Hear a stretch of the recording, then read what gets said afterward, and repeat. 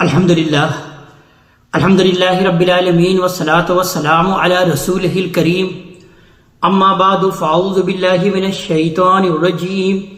بسم اللہ الرحمن الرحیم وقضى ربك الا تعبدوا الا اياه وبالوالدين احسانا اما يبلغن عندك الكبر احدهما او كلاهما فلا تقل لهما اف ولا تنهرهما وقل لهما قولا كريما صدق الله العظيم رب اشرح لي صدري ويسر لي امري واحلل عقدة من لساني يفقهوا قولي ربنا لا تؤاخذنا ان نسينا او اخطانا۔ یہ سورہ بنی اسرائیل کی آیت نمبر 23 ہے جس سے ہم آج کے اپنے مطالعے قرآن حکیم کی ابتدا کر رہے ہیں۔ سورہ بنی اسرائیل کے بارے میں جیسا کہ پچھلی نشست میں عرض کیا جا چکا ہے کہ اس میں اللہ تبارک و تعالیٰ نے سورہ نحل میں جو 6 احکامات بیان کیے تھے جس میں 3 اوامر ہیں یعنی ڈوز ہیں اور 3 نواہی ہیں۔ یہ آیت نمبر 90 میں اللہ تعالیٰ نے ارشاد فرمایا تھا کہ ان اللہ یأمر بالعدل والاحسان وایتاء ذی القربى وینہی عن الفحشاء والمنکر والبغی یعظکم لعلکم تذکرون کہ اللہ تبارک تعالیٰ تمہیں حکم دیتا ہے عدل کا، احسان کا، قرابت داروں سے کو ادا کرنے کا، ان سے حسن سلوک کا، اور روکتا ہے اللہ تبارک تعالیٰ 3 ہی باتوں سے یعنی فحاشی سے، منکرات سے اور بغض سرکشی سے، اور اس کے اللہ تبارک تعالیٰ تم کو نصیحت کر رہا ہے تاکہ تم یاد دہانی حاصل کرو۔ ان 6 باتوں کی شرح و وضاحت اللہ تعالیٰ نے اس سورہ بنی اسرائیل میں انتہائی تفصیل سے بیان کیا ہے، جو کہ در حقیقت تورات کے احکام 10 بھی کہلاتے ہیں جنہیں 10 کمانڈمنٹس کہا جاتا ہے۔ سورہ بنی اسرائیل کے آیت نمبر 23 سے 40 تک میں اللہ تبارک تعالیٰ نے انہی احکام 10 کی وضاحت کی ہے، گویا کہ تورات کے جو احکام 10 ہیں اس کا خلاصہ اللہ تعالیٰ نے سورہ بنی اسرائیل میں بھی بیان کر دیا۔ لہذا ارشاد ہوتا ہے پہلی آیت میں، اور اس میں جو سب سے پہلا حکم بیان کیا جا رہا ہے وہ یہ ہے کہ وَقَضَىٰ رَبُّكَ أَلَّا تَعْبُدُوا إِلَّا إِيَّاهُ، کہ آپ کے رب نے فیصلہ کر دیا ہے کہ تم لوگ تنہا اسی کی عبادت کرو۔ توحید پر ایمان کے بعد یہ در حقیقت پہلا حکم ہے جس کا انسانوں کو مکلف ٹھہرایا گیا ہے۔ فرمایا کہ جب اللہ کے سوا کوئی الہ نہیں ہے تو پھر عبادت بھی صرف اور صرف اسی کی ہونی چاہیے، اور اس عبادت کی حقیقت ہم جانتے ہیں کہ خضوع اور تذلل ہے، جس کا اولین مظہر در حقیقت پرستش کی صورت میں ہوتا ہے، پھر انسان کی عملی وجود کی رعایت سے یہی پرستش کلی اطاعت میں تبدیل ہو جاتی ہے۔ پہلی صورت یعنی پرستش کے اظہار تسبیح، تحمید، دعا و مناجات، رکوع سجود، نظر و نیاز، قربانی اور اعتکاف کی صورت میں ہوتا ہے، جبکہ دوسری صورت میں یعنی اطاعت کے ذیل میں آدمی کسی کے لیے خدائی اختیار مانتا ہے اور اسی کو مستقل بذات شارح و حاکم کی حیثیت سے اس کے ہر حکم پر سر تسلیم خم کر دیتا ہے۔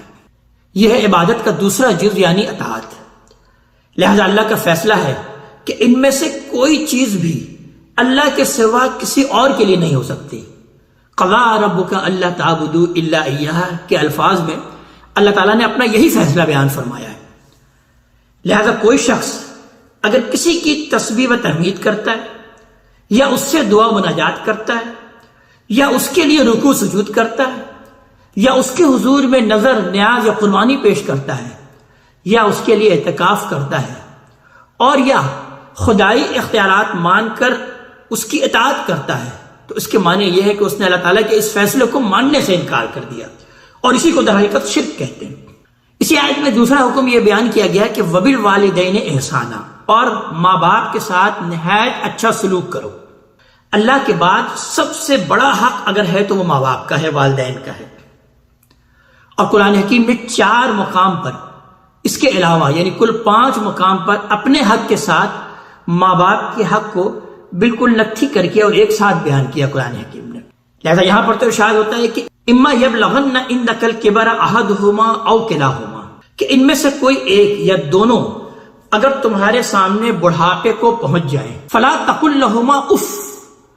تو اللہ تعالیٰ ارشاد فرما رہے ہیں تو ان کو اف بھی مت کہو،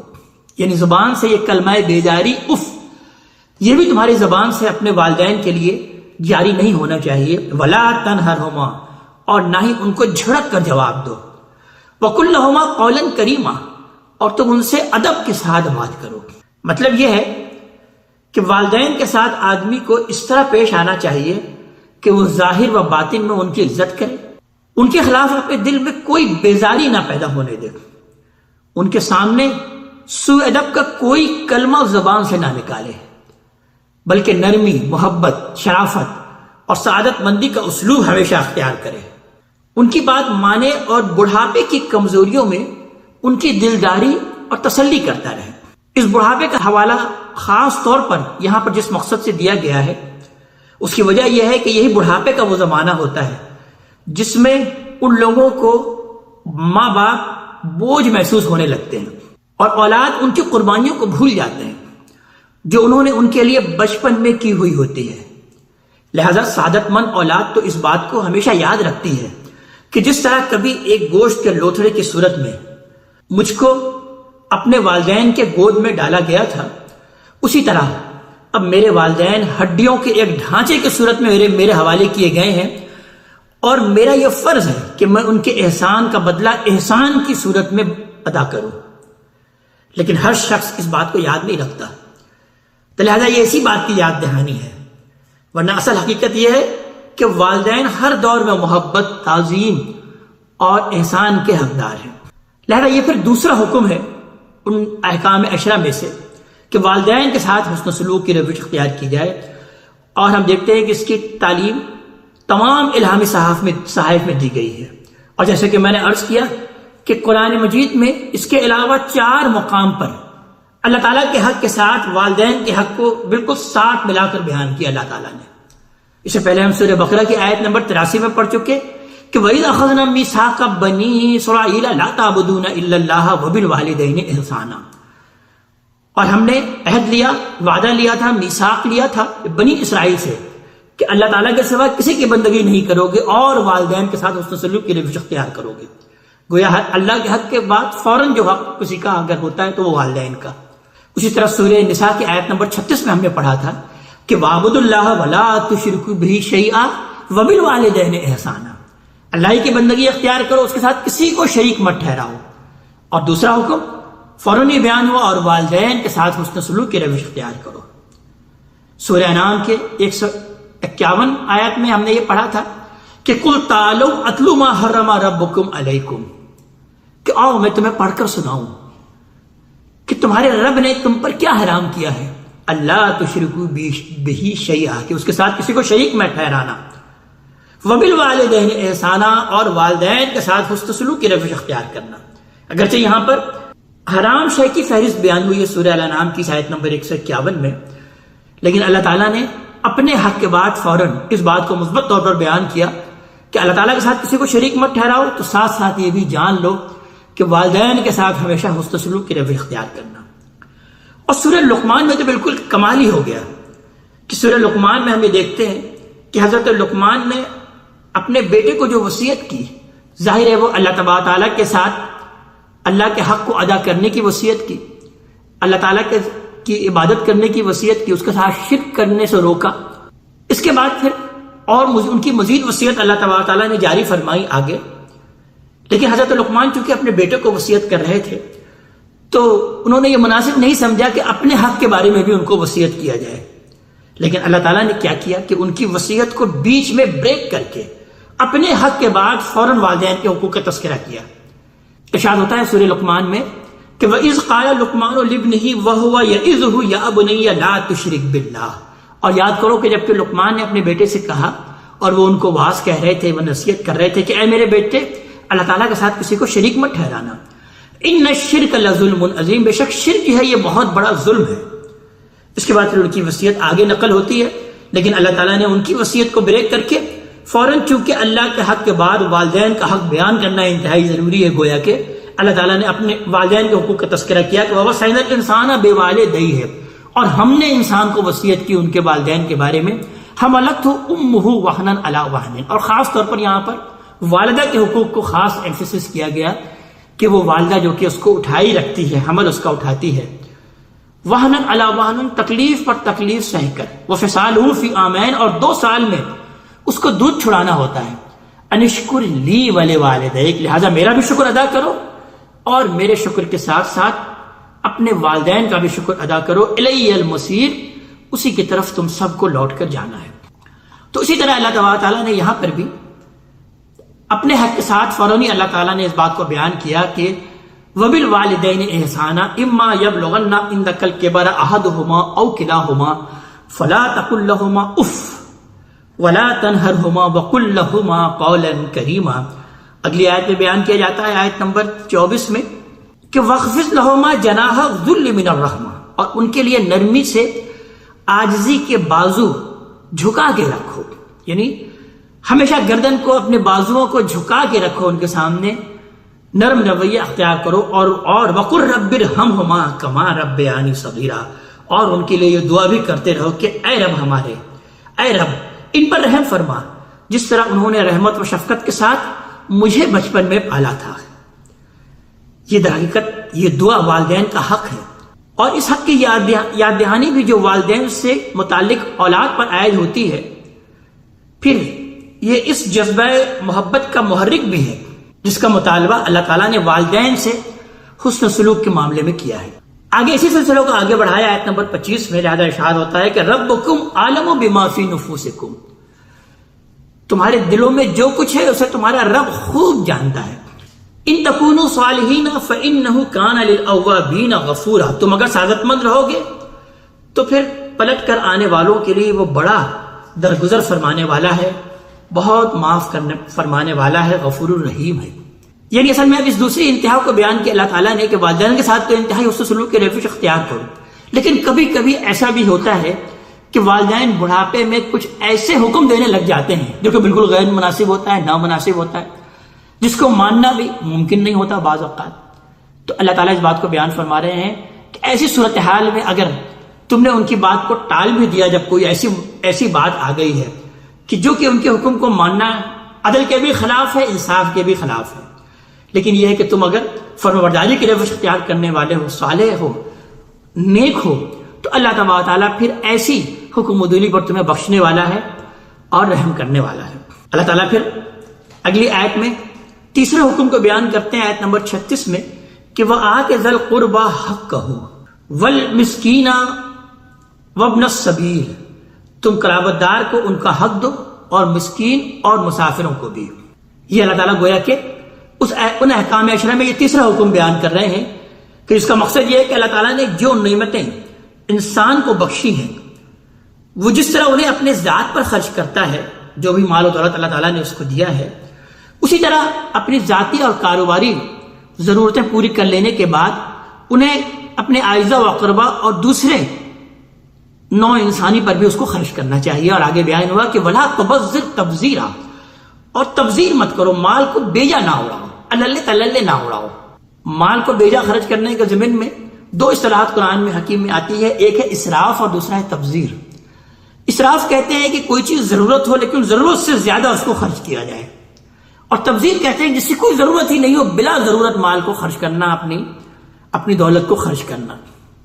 تو یہاں پر اس بات کو بیان کیا جا رہا ہے کہ دیکھو تبذیر مت کرو، مال کو بیجا مت اڑاؤ۔ ان المبذرین کانوا اخوان الشیاطین، اس لیے کہ مال کو یہ جو بیجا اڑانے والے ہیں یہ در حقیقت شیاطین کے بھائی ہیں۔ شیطان یہ چاہتا ہے کہ تمہارا مال یوں ہی اسی طرح اللہ تعالی خرچ ہو، تاکہ پھر یہ غریبوں مسکینوں اور تمہارے عزیز و اقربا کے لیے تمہارے پاس کوئی مال نہ بچے اور تم اس کے لیے خرچ نہ کر سکو۔ وہ تمہیں اسی بات کی ترغیب دیتا ہے۔ آگے بیان ہوا وَكَانَ الشَّيْطَانُ لِرَبِّهِ كَفُورًا، اور شیطان تو اپنے رب کا بڑا ہی ناشکرا ہے۔ تم کو اللہ تعالیٰ نے اگر کچھ اضافی مال دے رکھے ہیں اپنی ضرورت سے زیادہ، اور تم اس کو اللہ تللے اڑا رہے ہو، بیجا اڑا رہے ہو، تو در حقیقت یہ شیطانی عمل ہے۔ جس طرح کہ شیطان نے ناشکری کا عمل کیا، تو شیطان تو اپنے رب کا انتہائی ناشکرا ہے۔ اگر تم نے بھی یہی معاملہ کیا تو تم بھی پھر انتہائی ناشکرے ہو جاؤ گے۔ لہذا اپنے مال کی حفاظت کرو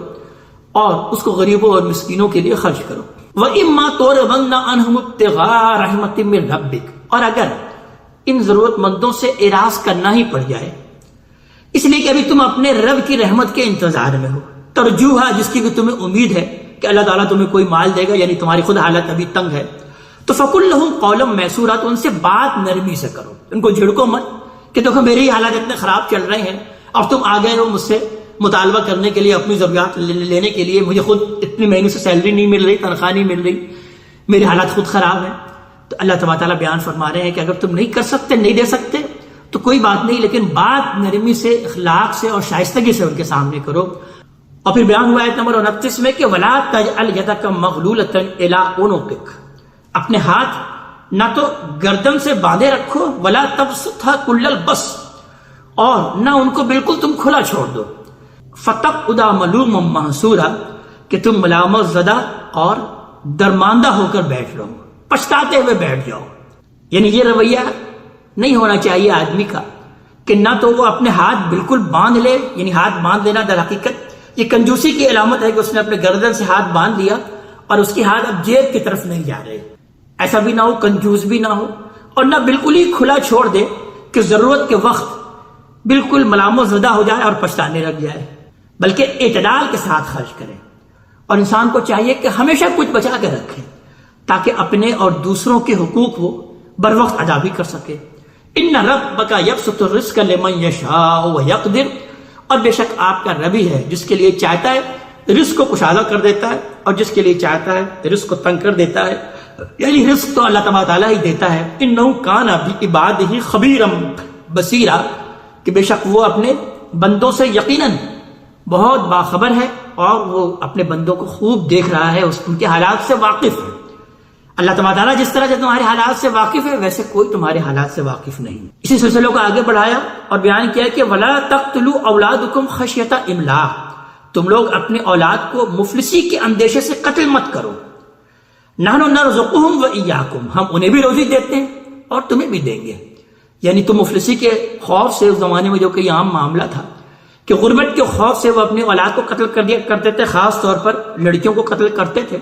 اللہ تبارک تعالیٰ اسی کی طرف اشارہ کر رہے ہیں کہ ان کو مفلسی کے خوف سے قتل مت کرو۔ تم یہ سمجھ رہے ہو کہ کیا تم ان کو رزق دیتے ہو؟ ان کو بھی رزق ہم دیتے ہیں، اور تم کیا سمجھ رہے ہو کہ تم اپنا رزق خود حاصل کر رہے ہو؟ نہیں، بلکہ تم کو بھی رزق ہم ہی دینے والے ہیں۔ ان قتلہم کان خطئا کبیرا، بے شک ان کا قتل جو ہے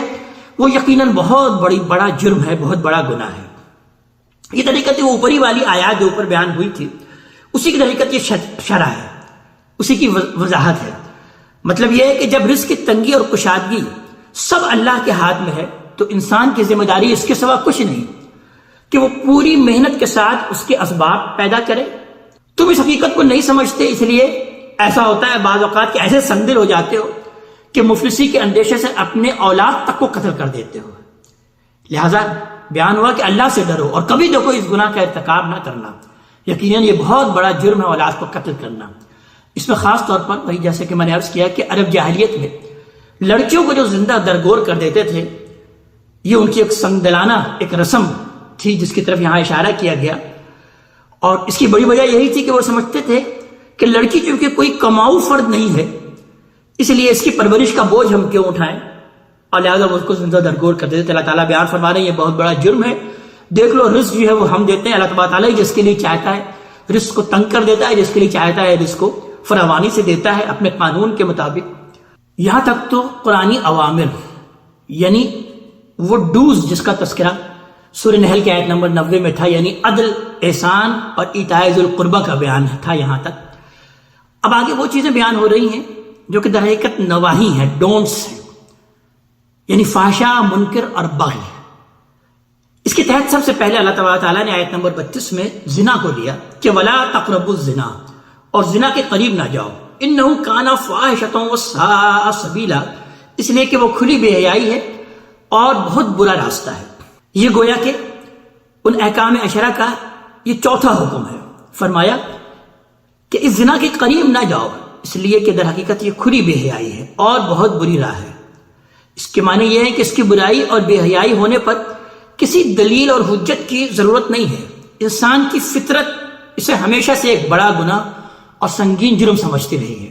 جب تک وہ فطرت بالکل مسخ نہ ہو جائے اسی طرح انسان در حقیقت اس کو بڑا گناہ سمجھتا رہے گا۔ انسان سے متعلق یہ حقیقت بالکل ناقابل تردید ہے کہ خاندان کا ادارہ اس کے لیے ہوا اور پانی کی طرح ایک ناگزیر ضرورت ہے۔ یہ انسٹیٹیوشن صحیح فطری جذبات کے ساتھ صرف اسی صورت میں قائم ہوتا ہے اور قائم رہ سکتا ہے جب میاں بیوی کا باہمی تعلق، زوجین کا باہمی تعلق مستقل رفاقت کا ہو۔ یہ چیز اگر نہیں ہوگی مستقل رفاقت کی، تو کوئی بھی صالح معاشرہ اور صالح تمدن وجود پذیر نہیں ہو سکتا ہے۔ اس زنا کے فعل کی درحقیقت یہی اصل شناعت ہے، جس کی بنا پر اللہ تعالیٰ نے صرف اتنی بات نہیں کی کہ زنا نہ کرو، بلکہ فرمایا کہ زنا کے قریب بھی نہ جاؤ۔ اس پر دور دور تک قدغنیں لگا دی گئی کہ ایسی تمام باتوں سے دور ہو جو زنا کا محرک بنتی ہے، اس کی ترغیب دینے والی ہے اور اس کے قریب لے جانے والی ہے، لہذا اس سے بالکل دور رہو۔ زنا کے بعد دوسری بڑی برائی کا تذکرہ اللہ تعالیٰ نے آیت نمبر 33 میں کیا کہ وَلَا تَقْتُلُوا النَّفْسَ الَّتِي حَرَّمَ اللَّهُ إِلَّا بِالْحَقِّ، اللہ نے جس جان کی حرمت قائم کر دی ہے اسے ناحق قتل نہ کرو۔ یہ گویا کہ 5واں حکم ہے، اور مذہب اور اخلاق کی روح سے جو حرمت انسانی جان کو ہمیشہ سے حاصل رہی ہے، اسی کا در حقیقت یہ بیان ہے۔ سورہ مائدہ کی آیت نمبر 32 میں ہم نے یہ دیکھا ہے کہ اس کے بارے میں یہی تاکید بنی اسرائیل کو کی گئی تھی، اور اللہ تعالیٰ نے یہ بات ان پر لکھ دی تھی کہ من قتل نفسا بغیر نفس او فساد فی الارض فکأنما قتل الناس جميعا ومن احیاها فکأنما احیا الناس جميعا، کہ ایک انسان کا قتل در حقیقت پوری انسانیت کا قتل ہے۔ اسی طرح یہ بات بھی واضح کر دی ہے کہ کسی انسان کی جان صرف دو ہی صورت میں لی جا سکتی ہے، ایک یہ کہ وہ خود کسی کو قتل کر دے، اور دوسری یہ کہ وہ فساد فی الارض کا مرتکب ہو، یعنی نظم اجتماعی سے سرکشی کر کے وہ دوسروں کے جان و مال اور آبرو کے درپے ہو جائے۔ اس کے سوا ہر قتل ایک ناحق قتل ہے، جس کی سزا قرآن کے روح سے ہمیشہ ہمیشہ کی جہنم ہے۔ ومن قتل مظلوما فقد جعلنا لولیہ سلطانا، اور یاد رکھو جو مظلومانہ قتل کیا جائے اس کے ولی کو ہم نے اختیار دے دیا ہے، فلا یسرف فی القتل، تو پھر وہ قتل میں حد سے تجاوز نہ کرے، انہ کان منصورا، اس لیے کہ اس کی مدد کی گئی ہے۔ اس سے معلوم ہوا کہ اس قتل کے جرم کے مرتکبین کا معاملہ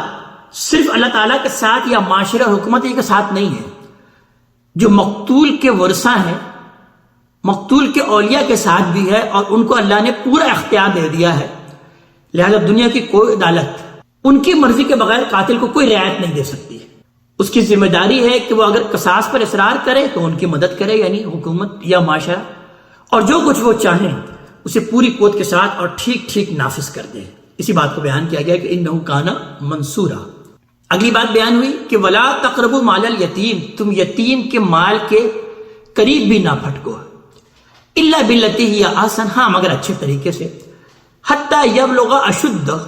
یہاں تک کہ وہ اپنی پختگی کو پہنچ جائے۔ یہ در حقیقت کیا ہے؟ یہ چھٹا حکم ہے اس احکام عشرہ کے مطابق، اور اس کے الفاظ اگر غور کیجئے تو وہی ہیں جو اوپر زنا سے روکنے کے لیے آئے ہیں، یعنی یتیم کی بہبود اور بہتری کے ارادے کے سوا اس کے مال کے قریب بھی نہ جاؤ۔ اس کے معنی یہ ہے کہ یتیم کے مال میں صرف وہی تصرف جائز ہے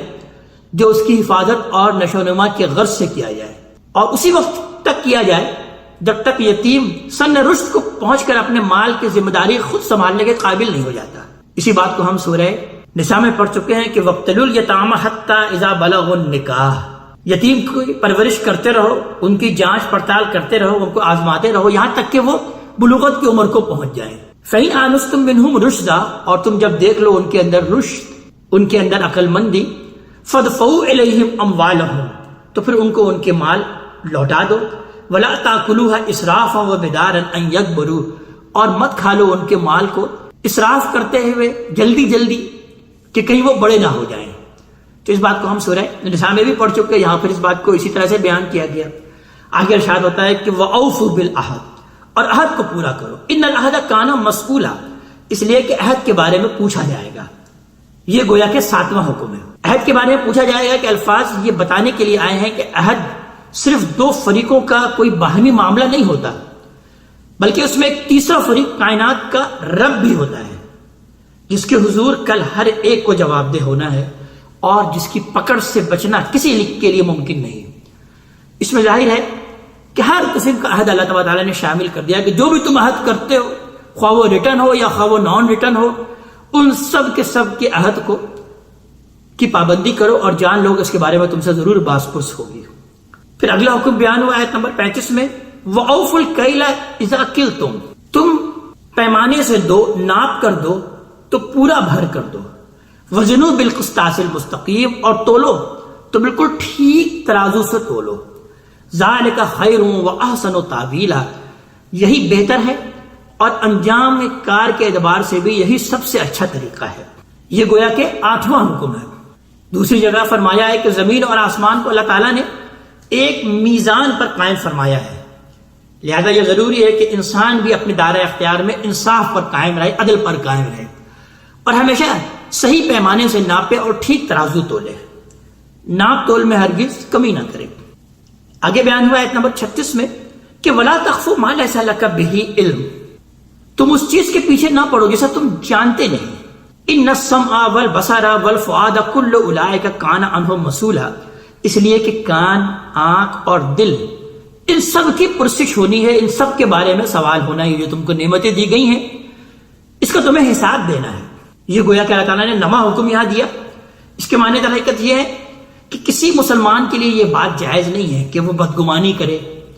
یا کسی پر الزام لگائے یا تحقیق کے بغیر کسی کے خلاف کوئی قدم اٹھائے یا محض شبہات پر افواہیں اڑائے یا اپنے رب کی ذات و صفات اور احکام و ہدایت کے بارے میں ظنون و اوہام اور قیاسات پر مبنی کوئی نقطہ نظر اختیار کر لے۔ قرآن نے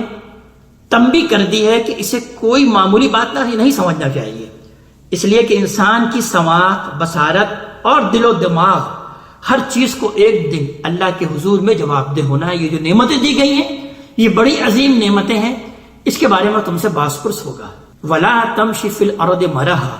اور زمین میں اکڑ کے نہ چلو۔ إِنَّكَ لَن تَخْرِقُ الْأَرْضَ وَلَن تَبْلُغُ الْجِبَالَ طُولًا، اس لیے کہ نہ تم زمین کو پھاڑ سکتے ہو اور نہ تم پہاڑوں کی بلندی کو پہنچ سکتے ہو۔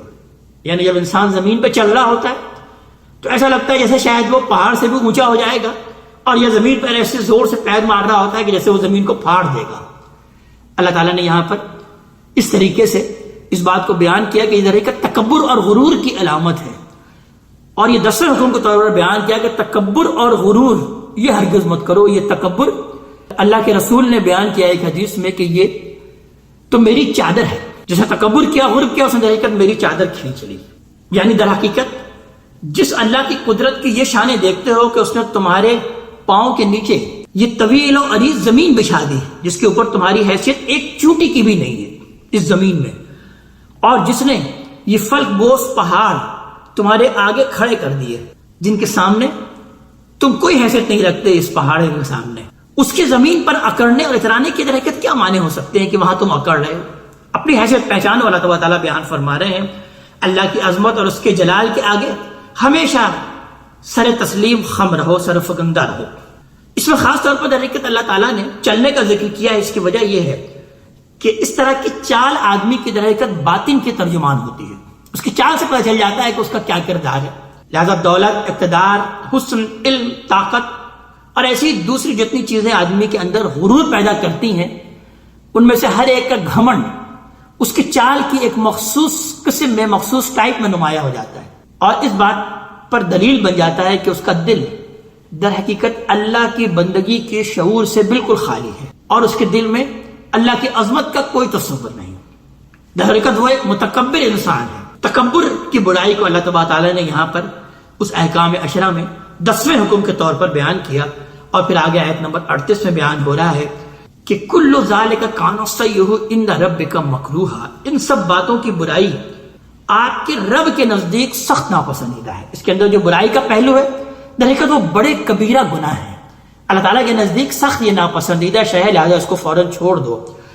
ذالک مما اوحی الیک ربک من الحکمہ، یہ انہی حکمت کی باتوں میں سے ہے جو آپ کے رب نے آپ کی طرف وحی کی ہے۔ نبی کریم صلی اللہ علیہ وسلم کو مخاطب کر کے کہا جا رہا ہے کہ یہ قرآن حکیم کا وہ حکمت کا پہلو ہے۔ قرآن حکیم کو اصل میں 2 عنوانات سے تقسیم کیا جا سکتا ہے، ایک الکتاب جس کے اندر شریعت کے احکامات ہیں، اور ایک الحکمہ جس کے اندر بنیادی انسانی اخلاقیات اور ایمانیات کا اللہ تعالیٰ نے تذکرہ کیا۔ تو اللہ تعالیٰ نے یہاں پر بیان کر دیا کہ یہ جو اخلاقی پہلو یہاں پر بیان کیے جا رہے ہیں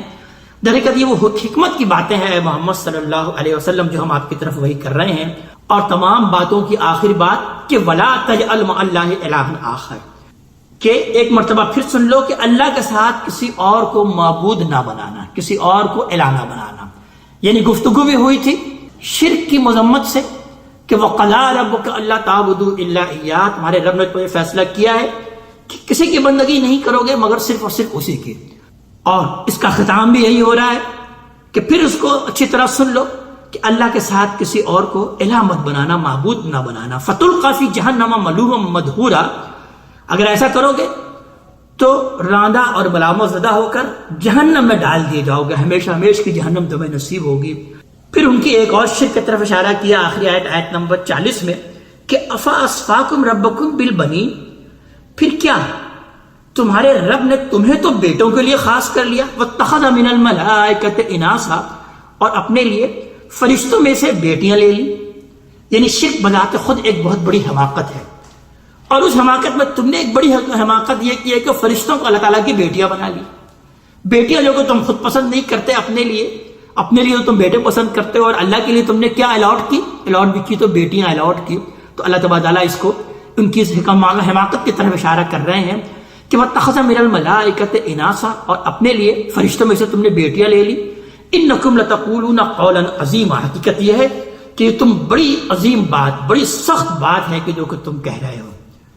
اللہ تبارک تعالیٰ ہمیں اپنے کلام کا فہم عطا فرمائے اور عمل کی توفیق عطا فرمائے. اقول قولی ھذا واستغفر اللہ لی ولکم ولسائر المسلمین والمسلمات.